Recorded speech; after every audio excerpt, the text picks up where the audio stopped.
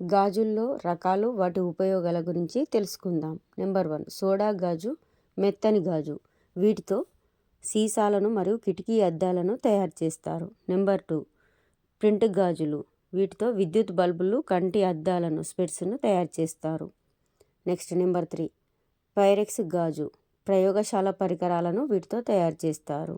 Number 4, గట్టి గాజులు. గట్టి గాజు పరికరాలను వీటితో తయారు చేస్తారు. నెంబర్ 5, క్వార్ట్జ్ గాజు. వీటితో యువి కిరణాలను నిరోధించే అద్దాలు, పట్టకాలు, కటకాలను తయారు చేస్తారు.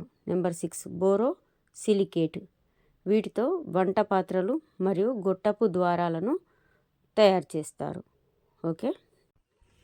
రంగు గాజుల తయారీలో ఉపయోగించే రసాయనాల గురించి తెలుసుకుందాం. ఊదా రంగులో మాంగనీస్ డయాక్సైడ్ను ఉపయోగిస్తారు. నెంబర్ 2, కెంపు రంగులో ఆరిక్ క్లోరైడ్ను ఉపయోగిస్తారు.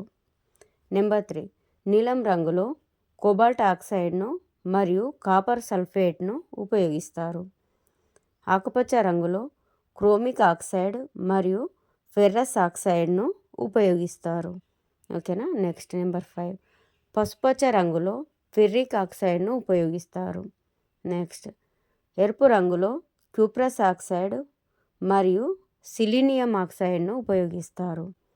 నెంబర్ 7, నిమ్మపసుపు రంగులో కాడ్మియం సల్ఫైడ్ను ఉపయోగిస్తారు. ఓకేనా. ఇవన్నీ ఇంపార్టెంట్, కరెక్ట్గా గుర్తుపెట్టుకోండి.